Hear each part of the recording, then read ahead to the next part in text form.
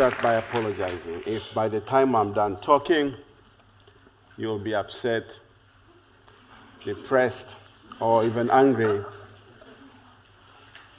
But that is precisely my intention.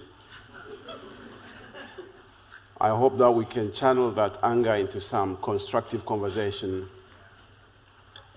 that will lead to solutions to some of the problems that I'm going to highlight in my talk. And I'll tell my talk through 3 short stories.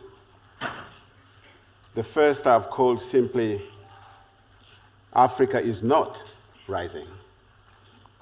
So you see how it's starting to annoy you.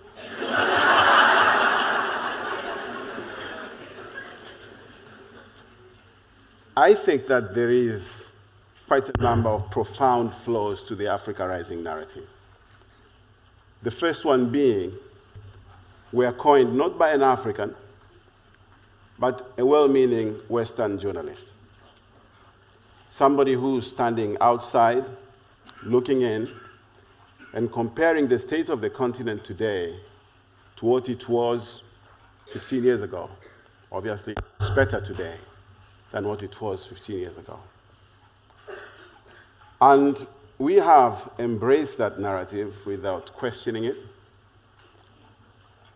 And I think that's why we are where we are, where I begin to question this whole idea of Africa rising. And it's not the first time that we have believed without seeing.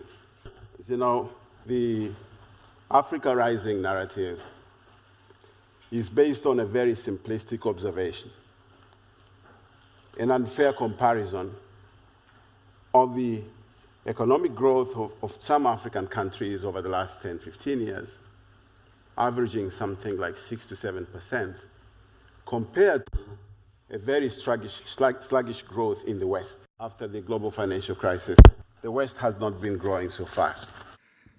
So, as usual, we accepted the name without questioning what it means.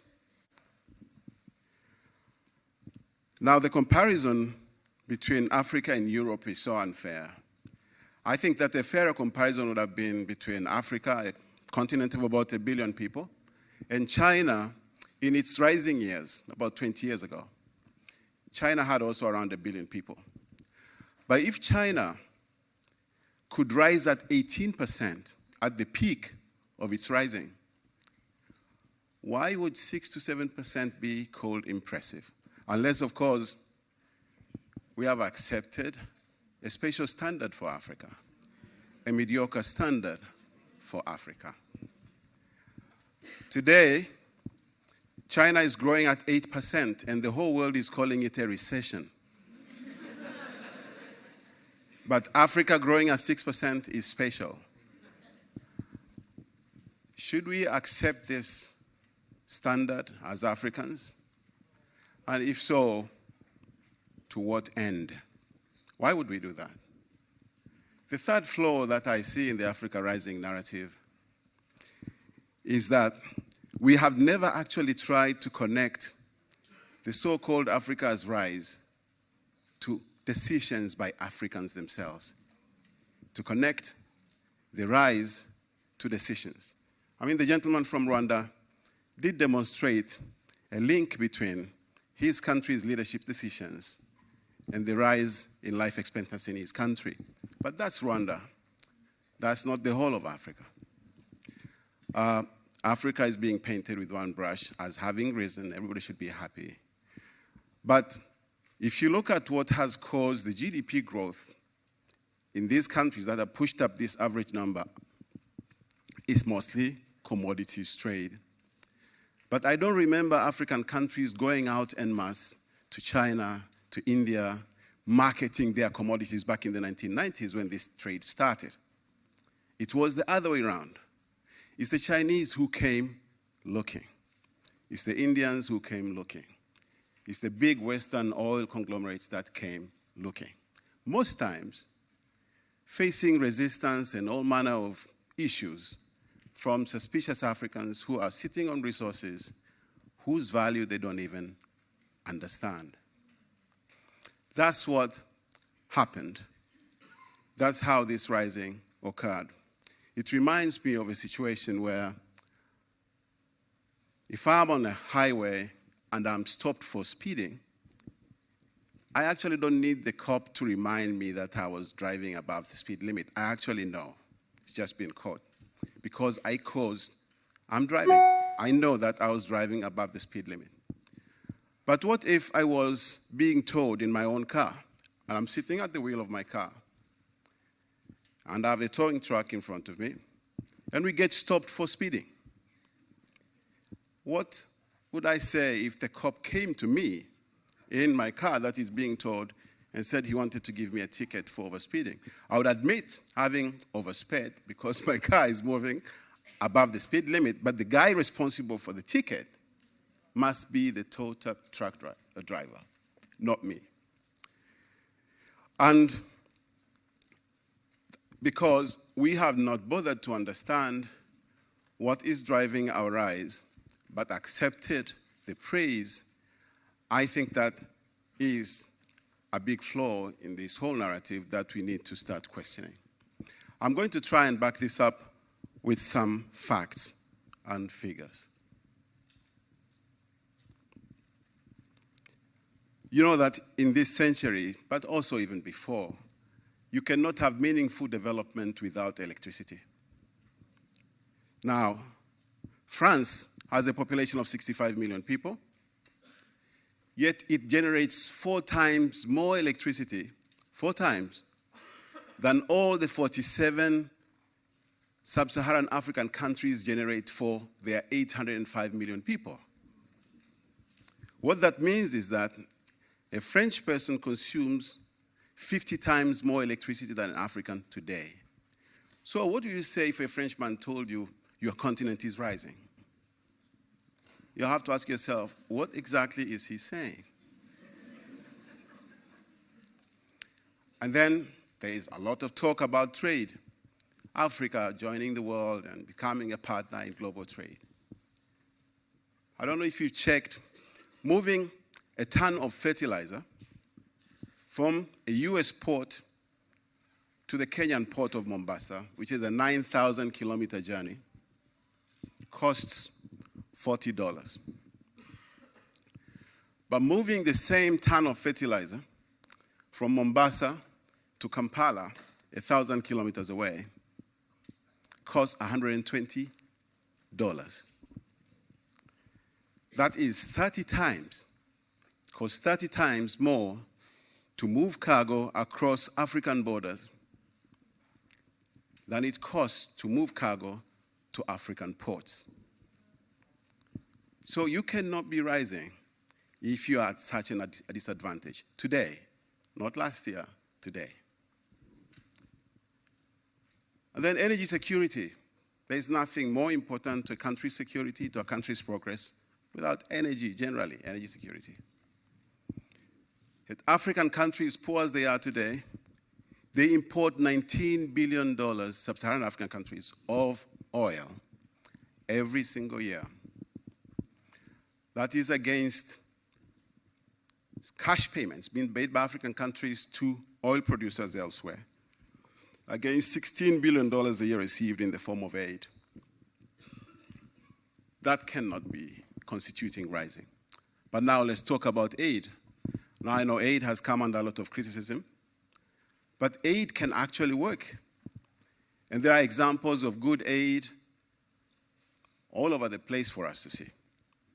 Germany was a recipient of aid after the Second World War.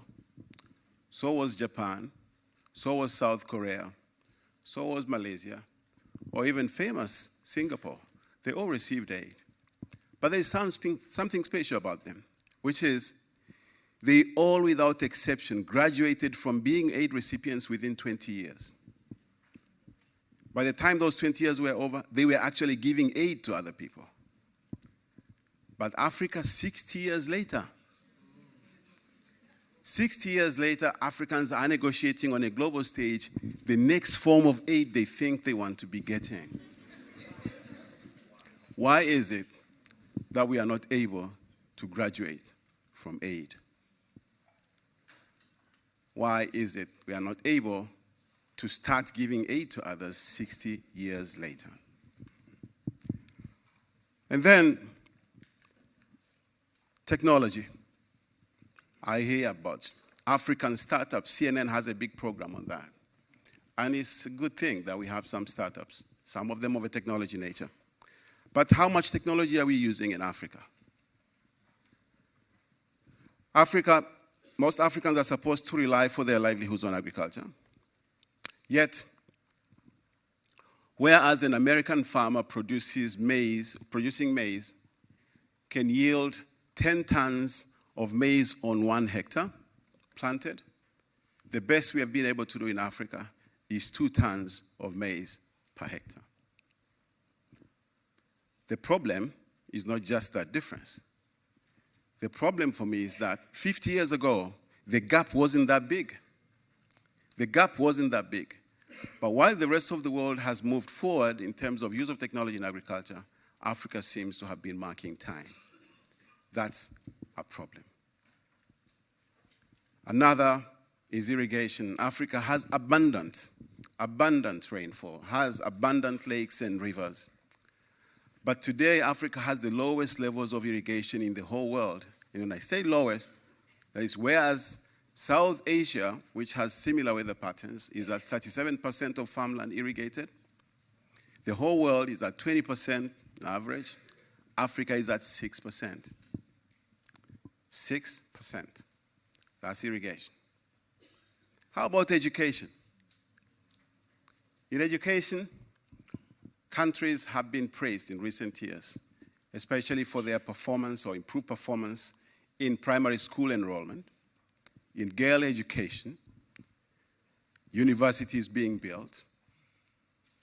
But we still have a problem, because in this day and age,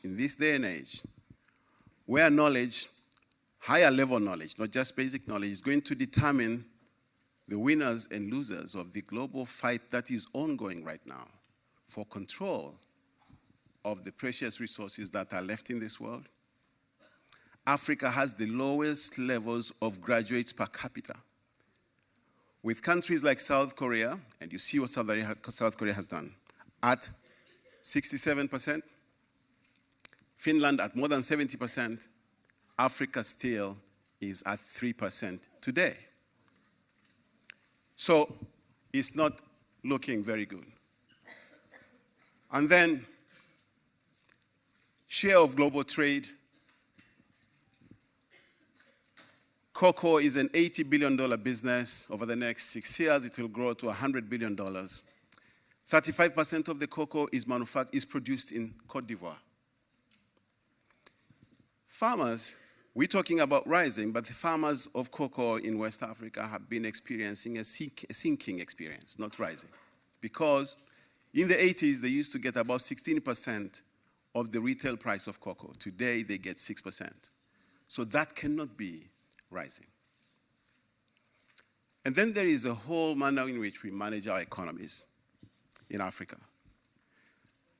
In the past, we used to blame colonialists, but today, the threat to African economies, or destruction of African economies by Africans, the sabotage of our own economies by Africans, is on the rise.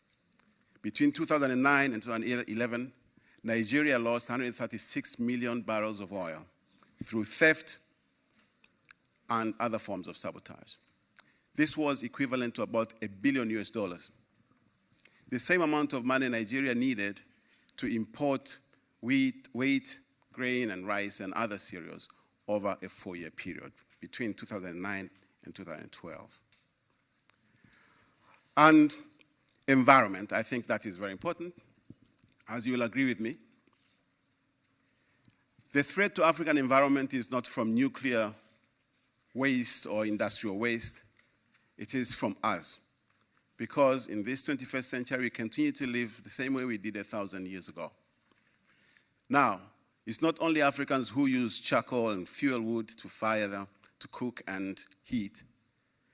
50% of the global population does. But it's only in sub-Saharan Africa where the use of charcoal and fuel wood is growing. And we have seen what it has done to our forests and to our rivers and to our biodiversity.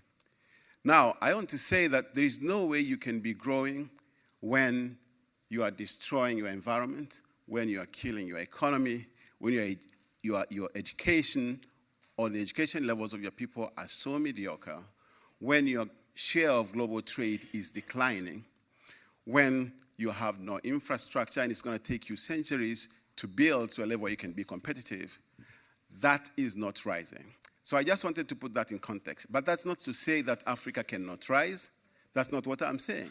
What I'm saying is that we need to get real. We need to make sure that we do not mistake hype for reality.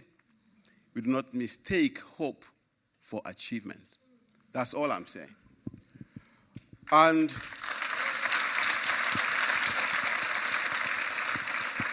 my second story is about the unchanging behavior of Africans, and especially the leadership class.